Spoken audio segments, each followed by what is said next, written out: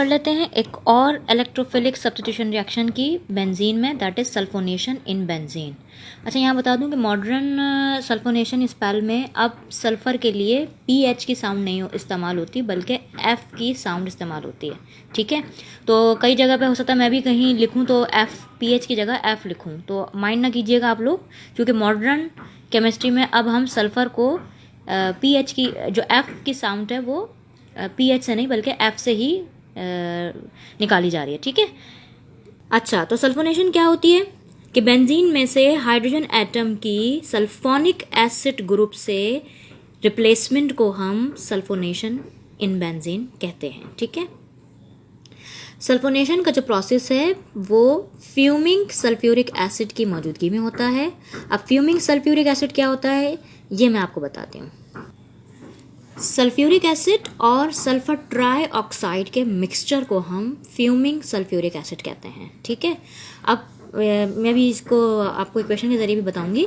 तो sulphuric acid तो as a catalyst और जो सल्फर ट्राई ऑक्साइड होगा वो एज ए हमारा इलेक्ट्रोफाइल के तौर पर, यानी सोर्स ऑफ इलेक्ट्रोफाइल के तौर पर इस्तेमाल होगा। वो भी हमें जब इक्वेशन बताऊंगी तो वहाँ पर क्लियर हो जाएगा। सो अब इसी स्टेटमेंट को हम यहाँ लिख लेते हैं कि भाई the replacement of hydrogen atom from benzene by sulphonic acid SO3H, ये सल्फोनिक एसिड ग्रुप है। ठीक है, group is called sulphonation. This process carried out in the presence of fuming sulphuric acid. ठीक है, अब फ्यूमिंग सल्फ्यूरिक एसिड जो मैंने अभी पहले आपको बताया से कि मिक्सचर ऑफ सल्फर ट्राइऑक्साइड और सल्फ्यूरिक एसिड का मिक्सचर होता है।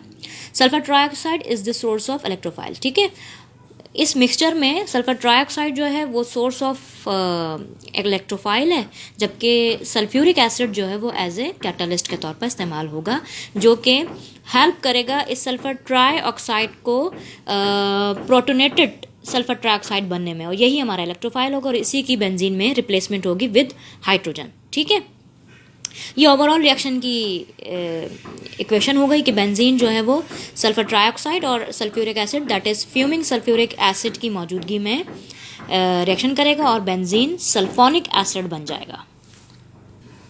अब देख लेते हैं वही मैकेनिज्म। ठीक है, स्टेप 1 वही फॉर्मेशन या जेनरेशन ऑफ इलेक्ट्रोफाइल।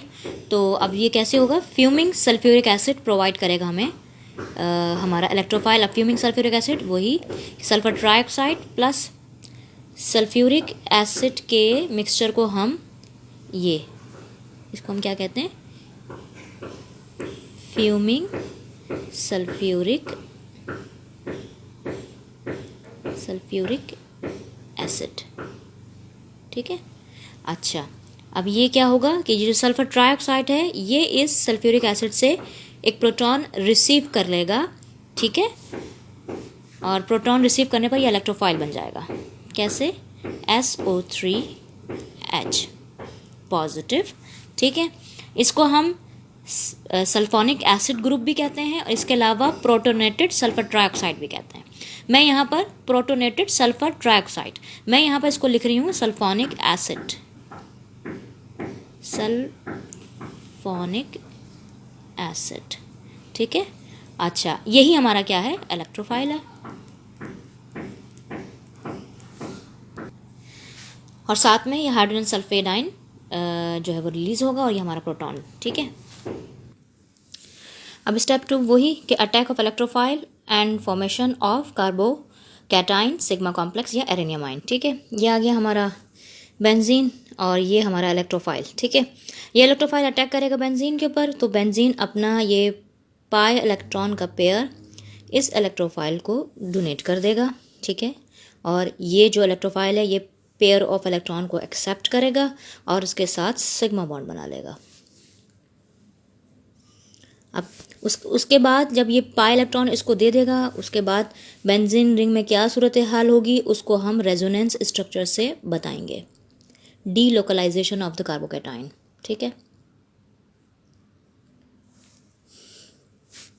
सही। अब ये वाला जो पाई इलेक्ट्रॉन जब इसके साथ जाएगा तो ये इधर आ गया और इसने इसके साथ SO3H को कनेक्ट कर दिया, ये वाला हाइड्रोजन बेंजीन का अपना। ठीक है, अब ये वाला जो कार्बन है ये डेफिशिएंट हो गया, ये इसके ऊपर पॉजिटिव चार्ज आ गया। ठीक, रेजोनेंस साइन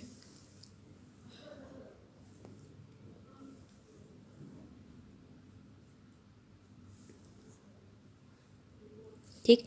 अब इस कार्बन की डेफिशिएंसी को दूर करने के लिए ये वाला बॉन्ड इस कार्बन के पास शिफ्ट हो जाएगा। ठीक, तो जब ये वाला बॉन्ड यहाँ शिफ्ट हो जाएगा तो ये हमने इसको यहाँ दिखा दिया। ठीक है, ये इसके पास ये वाला, ये यहाँ SO3H और ये हाइड्रोजन। ठीक है, अब जब ये वाला बॉन्ड इधर शिफ्ट हो गया तो ये वाला कार्बन क्या हो गया, डेफिशिएंट हो गया, ये इसके ऊपर आ गया। One more resonance sign.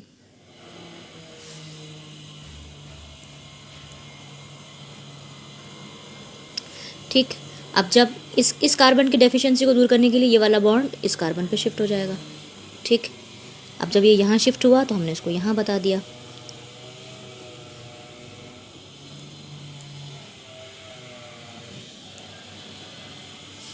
ठीक, अब जब ये वाला बॉन्ड यहाँ शिफ्ट हो गया इस कार्बन के पास, जो जिसको हमने रेजोनेंस स्ट्रक्चर में यहाँ दिखा दिया, तो अब ये वाला कार्बन जो यानी कि ये वाला कार्बन है वो क्या हो जाएगा, डेफिशिएंट। जब ये डेफिशिएंट हो जाएगा तो इसके ऊपर आ जाएगी पॉजिटिव साइन। ठीक, अब ये ऐसे इसको क्रॉस कर दिया।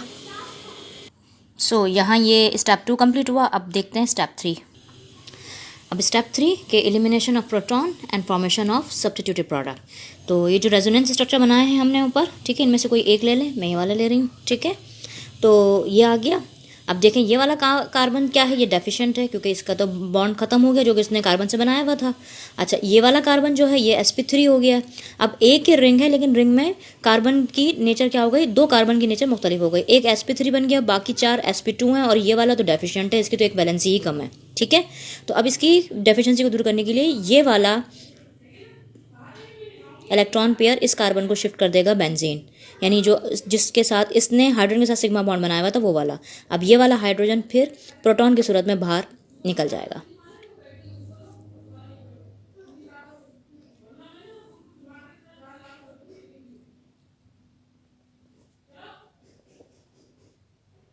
ये दोबारा से बन गया डबल बॉन्ड, और ये यहाँ पर SO3H। ठीक, अभी जो हमारे सब्स्टिट्यूटेड प्रोडक्ट बन गए इसका नाम है बेंजीन सल्फोनिक एसिड।